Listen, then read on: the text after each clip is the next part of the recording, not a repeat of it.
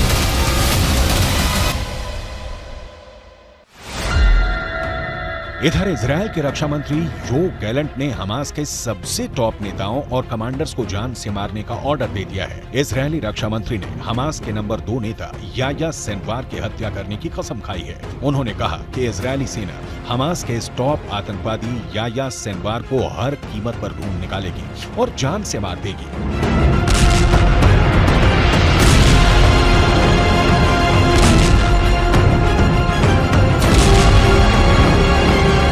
מבין שזה מאוד מורכב, לכו, עזרו לאנשים ללמוד, חזקו את כולם, חזקו את הרוח, אני יודע שהיא מאוד מאוד חזקה, מאוד מאוד גאה באנשים, גאה בכם.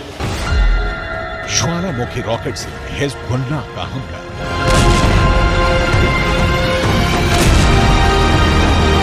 Israeli सेना के दावों के मुताबिक युद्ध के अंत में गाजा में हमास नहीं रहेगा। गाजा पट्टी से इजरायल के लिए कोई सुरक्षा खतरा नहीं होगा और इजरायल को धमकी देने वालों के खिलाफ किसी भी तरह की सुरक्षा कार्रवाई को करने की पूर्ण स्वतंत्रता होगी। आईडीएफ ने इस हफ्ते के अंत में बताया था कि शिन बेत के साथ चलाए गए ऑपरेशन में हमास के सबरा तेल अल हवा बटालियन के कमांडर मुस्तफा दलुल को मार गिराया गया है। युद्ध की शुरुआत के बाद से दलुल ने गाजा पट्टी में आईडीएफ सैनिकों के खिलाफ लड़ाई में एक केंद्रीय भूमिका निभाई थी।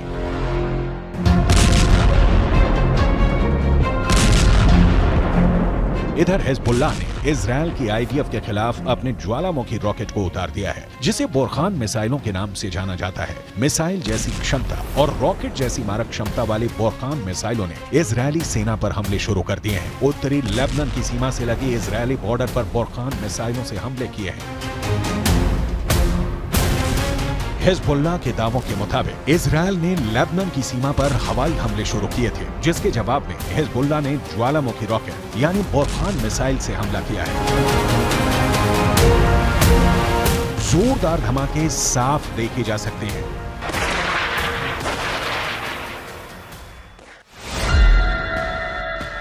हिज़्बुल्लाह के बोरखान मिसाइल, जो ज्वालामुखी रॉकेट के नाम से मशहूर है, उससे इजरायली सेना पर हमला हुआ है। हिज़्बुल्लाह के दावों के मुताबिक इजरायल की साइड, जिसे लेबनान में जट अल अल्लाम के नाम से जाना जाता है, उस पर हिज़्बुल्लाह ने 2 बड़ी बोरखान मिसाइलों से हमला किया है। हिज़्बुल्लाह के मुताबिक बोरखान मिसाइलें, जिन्हें ज्वालामुखी रॉकेट के नाम से जाना जाता है, वो 500 से 2000 मीटर तक हमला करती है। बोरखान मिसाइलों का वजन सैकड़ों किलोग्राम होता है।